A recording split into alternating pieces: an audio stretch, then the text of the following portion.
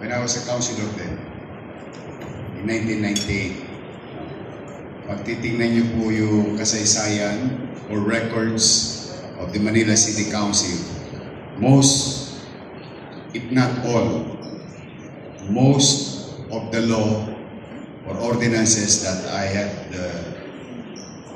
passed and convinced the members, my co-members in the Sangguniang Panglungsod is all about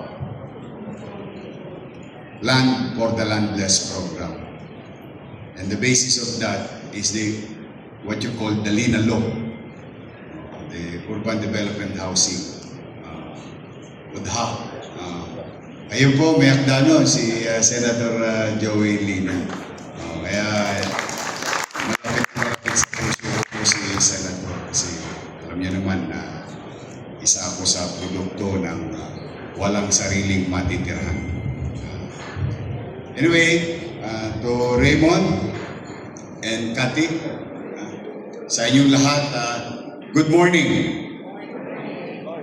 Good morning pa naman. But I'm happy and proud, at the same time humbled to be with famous designers of the Philippines. Yung ating mga magagaling na designers ay nagpangipangita dito sa makasaysayang Manila Hotel. And we are also excited as a city government, especially yung aming direktor ng tourism, si dating Congressman Crystal Bagatsing. Kita nyo naman, tourist director pa lang namin, maganda na, pandayo na. But we are very excited simply because especially nowadays, hirap ng buhay ng tao, life must go on. We must not forget who we are and where we came from. Dahil, if there's something about Manila, Manila as a city and its people, you may have all the buildings in Makati, in BGC, in Ortigas, you name it. No? Maybe they're enjoying the progress, economic progress of our country. But, yung mga building na yun, walang soul. That's the uniqueness of Manila. Meron siyang lalim. In fact, most of you here, most likely, nandito ngayon sa Manila Hotel. You may not be from Manila, but you have a story to tell about Manila. One way or another, you've studied, lived, worked, excelled from your field of undertaking and Manila gave you opportunity because Manila, to most Filipinos, even in the early times, is the window of opportunity. Always. That is how our forefathers taught us na mag-Maynila tayo para tayo'y umangat. Mag-Maynila tayo para tayo'y makilala. Mag-Maynila tayo para tayo makapag-aral ng maayos. So those are the things. While Manila is old, which we agree, but it has a lot of story to tell. And kahit na kami luma, ang maliit naming kaparaan ang ginagawa sa araw-araw man lamang, ay mapanatiling maaliwalas at panatag ang pamumuhay sa Maynila. At the very least of everything. At itong magaganap na gawain na minana namin. Kasi 5 years old pa lang ako noon. Nung nagsimula ito, 1979, 74 ako eh. Ay masaya po kami ng mga nasa lamesang ito na kayo ay dumulog sa panawagan ng makasaysayang Manila Hotel.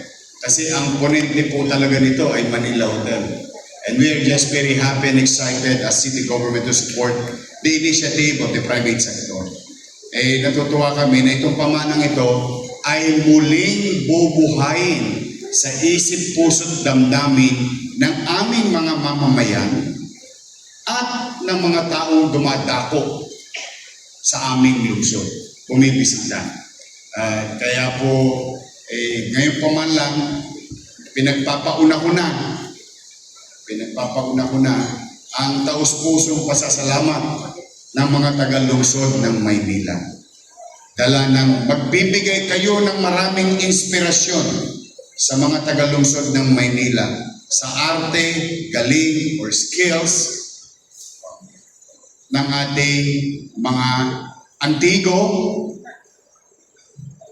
talaga, pamana ating mga antigong magagaling, katamtaman, at mga baguhan na designer para sa next generation. Kanina lang nagulat ako yung bestida, ano tawag doon? Yung terno. Nakita ko yung sinisin ng ano. Kita mo to, ang hirap gawin ito. Kaya sabi ko, maganda itong opening sa mga batang Maynila na kayo'y tularan sa karerang inyong pinuntahan at karerang nag-excel kayo. Kaya taos-puso ang aking pasasalamat. Kaya kung magkita-kita po tayo sa Mayo, pero baka wala kayong gagawin, ipagpapauna ko na rin kasi may nakita akong pamaypay kanina doon yung rainbow. Pakita mo nga ulit. Yan. Pagpapauna ko na. Magandang prelude. Sabi ko sa inyo, Maynila, unique. And you can only do this in Manila and the people will accept it. Whatever we're going to do in the past, in the future, mga pamana, kultura, at paniniwala sa Diyos. Tayo, napaka-diverse ng Maynila. But I dream of this, to be honest and fair to the public, doing this during my first term. It so happened that nagkaroon ng pandemya. So it was scrapped. Kaya ang nagawa ko lang noon, yung intersection ng Rojas Boulevard at saka Raha Suliman. But now, it's a full-blown project, initiative of your city government through DDCAM. Sa Sabado, pag wala kayong gagawin, baka gusto nyo rumampa, sumama kayo sa amin. The first Manila Summer Pride March in the city. It's gonna start here, in the area, and all the way to Remedios Circle in Malate. So, pag wala kayong mga gagawin, mga akla, ganun. Kasi talaga, sa totoo, gigil ako rito kasi because the policy of the city, basta hanggat nandiyan ako sa Maynila, walang mahirap, walang middle class, walang mayaman. Walang bakla, walang tomboy, walang lalaki, walang babae. Lahat pantay-pantay sa pananaw ng pamahalaan ng lungsod ng Maynila.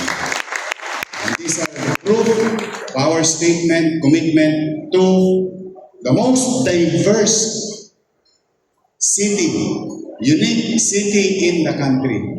Maka-Diyos, may takot si Diyos. Ang mamamayan, may paggalang sa kapwa. May pang-unawa sa mamamayan at komunidad. So muli, maraming salamat. See you sa Flores de Mayo. At huwag niyo kakalimutan, Dalisay at Halimuya. Magandang umaga po pala ngayon po Manila. That first. Thank you. Maraming salamat po muli. Mayor Isko Moreno. And indeed,